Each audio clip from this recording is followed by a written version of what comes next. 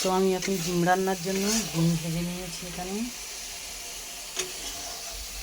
আর এখানে আদা, রসুন, কাঁচা লঙ্কা, পেঁয়াজ সব পিষে নিয়েছিলাম।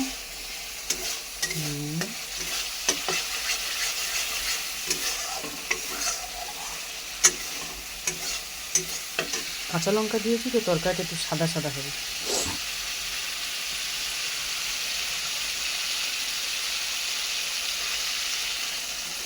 তো চলো, তেল ছেড়ে দিয়েছে এখন, মূলাটা ছেড়ে দিয়েছে, এবার আলু সিদ্ধটা দিই।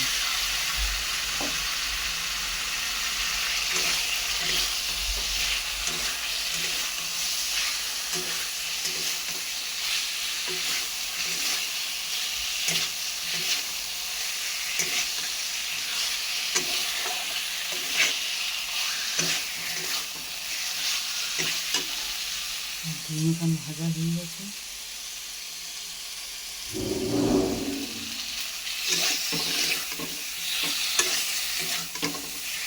চলো আমি এখন কষাতে থাকি। টাটা।